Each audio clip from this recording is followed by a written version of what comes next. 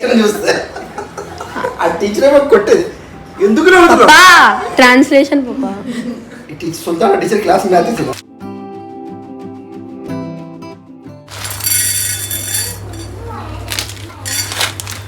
जिंदगी में ना कुछ चीज़ें प्लान नहीं होती हैं, बस वो बन जाती हैं। जैसे कि ये दावत थी, साजिद के फ्रेंड आए थे वाइजैक से। हालांकि वो चाइल्डहुड फ्रेंड है, काकीनाडा में दोनों साथ में एक ही स्कूल एक ही बेंच पर पले बड़े सो फ्रेंड्स हैं, तो बहुत क्लोज है, बेस्ट फ्रेंड है साजिद की। उनका नाम विनोद है। तो वो अपने बच्चों को लेकर पहली बार आए थे। तो साजिद ने बोला कि उन्हें इनवाइट करते हैं, एक काम करते हैं खाना बाहर से मंगा लेंगे, क्योंकि सडन प्लान था। तो I was also not ready. मैंने कहा बच्चे पहली बार आ रहे हैं मेरे घर पे, तो खाना बाहर से कैसे आ सकता है। ये सारी चीज़ें मैंने पहले भी व्लॉग्स में शेयर करी हैं, तो इसमें कुछ भी डिटेल बताने की ज़रूरत नहीं है। इट इज़ जस्ट कि 2 घंटे में मैंने कैसी ये सारी चीज़ें बनाई हैं, ये मैं आप लोगों को दिखाना चाह रही थी। इट वॉज़ जस्ट प्लान कि किस तरीके से पहले करना है कुछ काम को, किस तरीके से बाद में करना है। और मैं हमेशा ख्याल रखती हूँ कि कोई भी टाइम पे चूल्हा यानी कि स्टोव खाली नहीं रहना चाहिए, उसमें कुछ ना कुछ रहना चाहिए। तो सबसे पहले मैंने ना गरम मसाला को अच्छे से रोस्ट करके ग्राइंड कर लिया था। उसको कर लेने से मेरा हाथ मतलब बहुत सारी चीज़ों में वो लगता है ना, तो वो बहुत ईजी हो जाता है मेरे लिए। फिर ये मैंने कुछ अराउंड 4 किलो के लगभग या 3 किलो के लगभग गोश्त चिकन लाया था। तो मेरे पास टाइम बहुत कम था, तो मैंने सोचा कि क्या मैं ऐसा फास्ट कुकिंग करूं कि मैं थोड़ा स्टार्टर भी बना पाऊं और साथ में एक खाना भी रह सके, लाइक मील भी रह सके प्रॉपर। तो स्टार्टर के लिए मैंने 2 तरीके के स्टार्टर रखा था। चिकन को पहले सेग्रीगेट किया, पहले डिवाइड कर लिया कि बिरयानी में कौन सा डालना है और फ्राइड चिकन के लिए कौन सा रखना है और रोस्ट चिकन के लिए कौन सा रखना है। तो ये सारी चीज़ों करने के बाद जब सबसे पहले मैंने क्या किया ना कि बिरयानी के लिए जो चिकन मुझे डालना था उसे मैरिनेट कर लिया।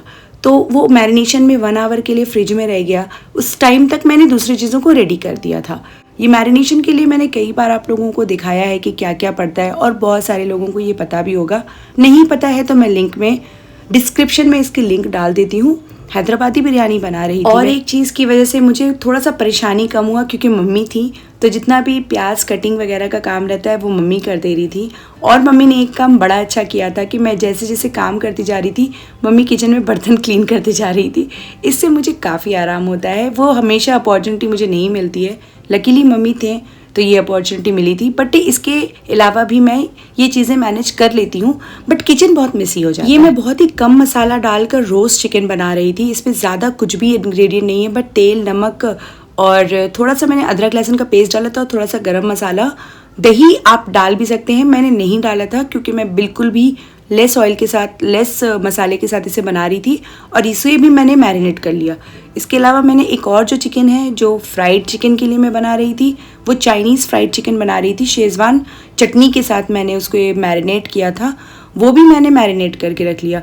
तो जितना भी मैरिनेशन का काम था ना, वो मैंने 1 बाय 1 कर लिया था, ताकि वो अच्छे से एब्जॉर्ब कर सके मसाला उसके अंदर, उसे टाइम मिल सके। अगर मैं बाद में ये काम करती और पहले बिरयानी बनाने की तरफ चली जाती तो मैरिनेशन के लिए टाइम नहीं मिलता था। तो ये है वो एक और फ्राइड चिकन, जिसमें मैंने ज़्यादा कुछ नहीं, सिर्फ अदरक रहेगा, नमक और सोया सॉस, विनेगर, और उसमें थोड़ा सा मैंने शेजवान की चटनी डाली थी, और उसे बाद में वो कॉर्नफ्लावर और मैदे से लपेट कर जो बनाते हैं जैसे KFC चिकन वगैरह में, वैसे फ्राई किया था। और ये बहुत ही टेस्टी हुआ था। आप लोग भी ट्राई करना, बहुत टेस्टी होता है। ये बहुत आसान भी होता है। जब हमारे पास गेस्ट आते हैं तो हमें थोड़ा बहुत ऑप्शंस चाहिए होता है चेंज करके कुछ बनाने के लिए। तो ये सारी चीज़ें ना मुझे बड़ी अच्छी ऑप्शन दिखती हैं। ज़्यादा कुछ तामझाम भी नहीं होता है और काफ़ी टेस्टी भी होता है। ये सब मैरिनेशन के बाद मैंने जल्दी से खुबानी का मीठा बनाना शुरू किया, क्योंकि मुझे उसे ठंडा करना भी था। बिरयानी से पहले मैंने ये सारी चीज़ें करी थी, क्योंकि बिरयानी को मैंने सोचा कि अगर मैं दम पे दे दूँगी, अगर गेस्ट आ भी गए तो मैं बात कर सकती हूँ उनसे। बिरयानी के लिए मुझे वहाँ पे ठहरने की ज़रूरत नहीं होती है।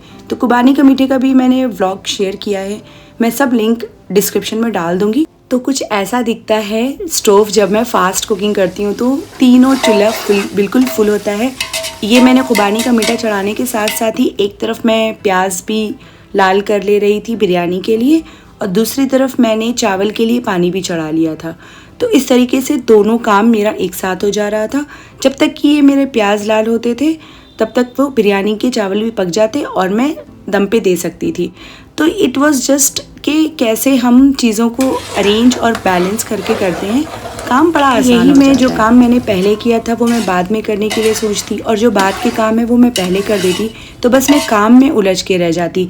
इसलिए मैंने जो काम पहले करना है उसे पहले करके सॉर्ट आउट कर दिया, जो बाद के काम है वो बाद में कर रही हूँ। It was just a conscious decision कि हम कौन से काम को कब करते हैं। ज़िंदगी भी बिल्कुल ऐसी ही है दोस्तों, कब कौन सा डिसीजन हम लेते हैं, किस तरीके से लेते हैं, इससे हमारी लाइफ में काफ़ी असर पड़ता है। एक और डिसीजन जिससे मैंने अपने आप को थोड़ा सा फ्री किया, ये 700 रुपये में मैंने स्ट्रेनर लिया है आइकिया से, जो कि सच में बहुत ही काम की चीज़ है। मैं बहुत ज़्यादा परेशान हो जाती थी, थोड़ा थोड़ा सा ऐसे चावल निधार कर, और बड़े वाले स्ट्रेनर नहीं होने की वजह से मुझे परेशानी होती थी, और जो वो हैंडल वाला रहता है ना वो काफ़ी गर्म हो जाता है। ये इस तरीके से इतने अच्छे से सिंक में फिट हो गया है कि बहुत आराम से थोड़ा चावल ठंडा होने के बाद भी हम निकाल सकते हैं, और काफ़ी यूज़फुल चीज़ है ये, आप लोग ख़रीद सकते हैं। थम्स अप है for this strainer from IKEA.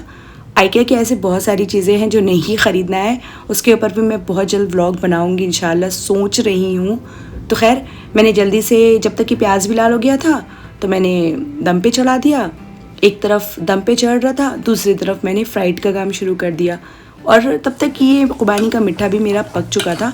इसे ठंडा होने के लिए मैंने हॉल में रख दिया। जब ये अच्छे से ठंडा हो गया तो मैंने फ्रिज में डाल दिया था, और ये सब काम अल्हम्दुलिल्लाह गेस्ट के आने से पहले ही हो गए थे, क्योंकि साजिद ने मुझे बोला था कि उनकी रात की फ़्लाइट है वापस जाने की। तो मैं सोच रही थी कि रात की फ़्लाइट है मतलब उन लोग 8 बजे तक खाकर चले जाएंगे, तो मैं और ज़्यादा जल्दी कर रही थी।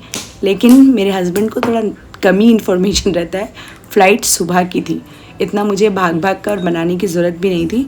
उन लोगों ने आराम से डिनर किया, और फिर साजिद ने बैठकर बात की बच्चों के साथ, और मैं तो पहली बार ही मिली थी वो बच्चों से बड़े होने के बाद। उसकी बेटी जब शायद 1 साल की थी तब मैं मिली होंगी उससे, उसके बाद मैंने पहली बार ही देखा था उस बच्ची को। और ये खुबानी के मिठे का भी रेसिपी मैंने कहा ना कि मैं डिस्क्रिप्शन में लिंक लगा दूंगी अगर आपको जानना है तो। और ये सारी चीज़ें बड़ी ही आसानी से बन जाती हैं, तो मैं ये सब ऑप्शंस में रखती हूँ।